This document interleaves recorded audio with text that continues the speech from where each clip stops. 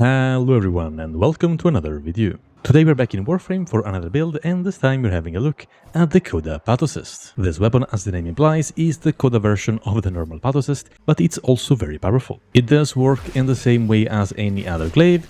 You can just throw it whenever you want, explode it mid-air, and the usual glaive stuff. But it does have a unique passive that allows it to summon a bunch of little guys once in a while. It's completely random when it does it, and these little miasmites, these little maggots, will track nearby enemies and explode and deal damage to them. They're also very cute, but their life is only 7 seconds long. How could this happen to me? I made my mistakes. Anyways, that's enough introductions for now, so let's jump into the build. First of all, this weapon is just a straight up improvement in any possible way. The only thing that doesn't change is attack speed and range, but those two stats are completely worthless to us because this weapon only focuses on heavy attacks, and to be more specific, into charge throws. The unique trait is what allows the weapon to summon those miasmites, and as I already said, they will track nearby enemies, explode after 7 seconds, and they have a bigger AoE compared to the normal Pathocyst. The other improvement this weapon has over the normal Pathocyst is the Valence bonus. This is basically more elemental damage for your weapon that you can actually change whenever you want thanks to this Valence override thingamajig, and you can choose between all these elements plus electricity. The bonus is capped at 60%, so in this case I have the maximum amount. The weapon has an attack speed of 0.667, range of 1.3 meters, but these stats won't matter to us at all, so we can just ignore them. Riven disposition is only 1 out of 5, so Rivens are not going to be that incredible on this weapon, so I don't recommend buying one, but maybe in the future they will become more usable. These stats are the ones that apply to normal attacks, so we won't even consider them. Moving on, we have quick throws, and these are okay to use, but I don't recommend even using these ones, just go into charge throws. But nonetheless, they are quite good with a 22% crit chance, 2.4 crit damage, 36% status chance, and they'll deal mostly electricity damage for a total of 475.2. This heavy attack shows you the stats of the explosion if you perform a heavy attack while the weapon is mid-flight, and that explosion has a range of 4.9 meters, deals electricity and viral damage for a total of 1296. But the reason why I only suggest performing charge throws is because they deal double damage compared to the quick ones. They also have higher stats at 24% crit chance, 2.5 crit damage, 38% status chance, and once again you'll deal double damage, and this also applies to your heavy attacks. Just fully charge your heavy attacks and pretty much ignore everything else. And these are the mods I use for the build. You can use any of the stances, it does not matter at all, so just choose the one you like, because we are not going to care about normal attacking with the weapon, and all throw attacks for the stances are the same.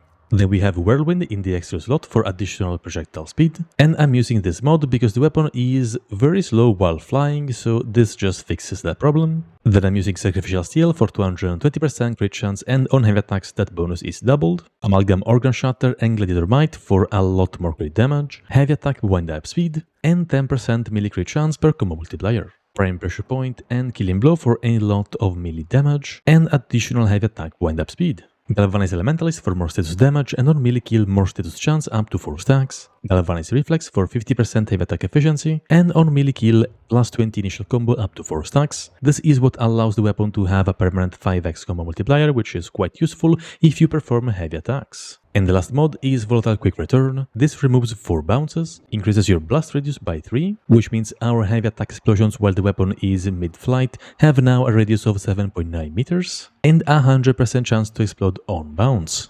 This basically triggers a mini explosion that will deal quite a good amount of damage, but usually it's just better to detonate the weapon mid-flight and don't worry too much about the smaller explosions. The arcane I'm using is melee influence, so we can make use of that electricity bonus we have and spread all our melee statuses to all enemies within 20 meters for 18 seconds after we trigger the effect. That's pretty much the build, so let's now see it in action.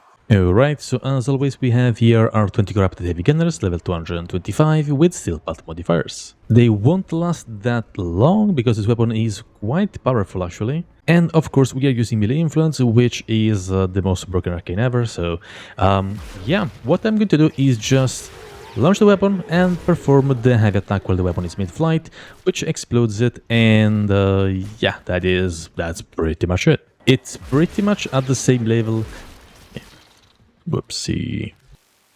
It's pretty much at the same power level as the Falcor or the Zoris, because those weapons have innate electricity, and this one can as well if you go for electricity balance bonus, and also comes with innate viral, which means you don't even have to prime enemies with viral or any other status, because yeah, they just die. And of course, if you just want to spam your heavy attacks without exploding the weapon, you can absolutely do that with this build specifically, but of course, you can swap Steel Charge for example, Broad Rush for more crit chance, and make some other small adjustments to, well, pretty much fit that playstyle.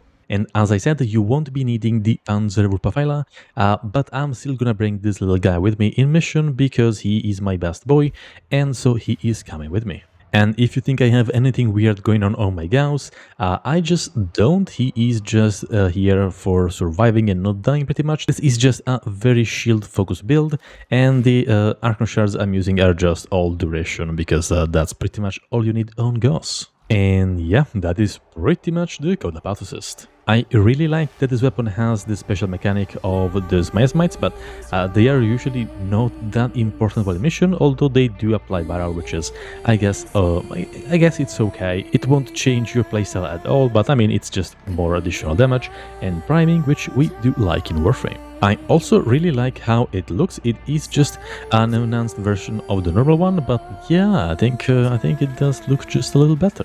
I'll now leave you guys to the showcase where I tested this weapon for 5 minutes in a Steel Pan survival. And by doing that, I hope I can show you how it performs in a more realistic scenario. If you enjoyed the video, remember to leave a like, and if you like my content, consider subscribing. I wish you a beautiful rest of the day, thanks for watching, and bye bye.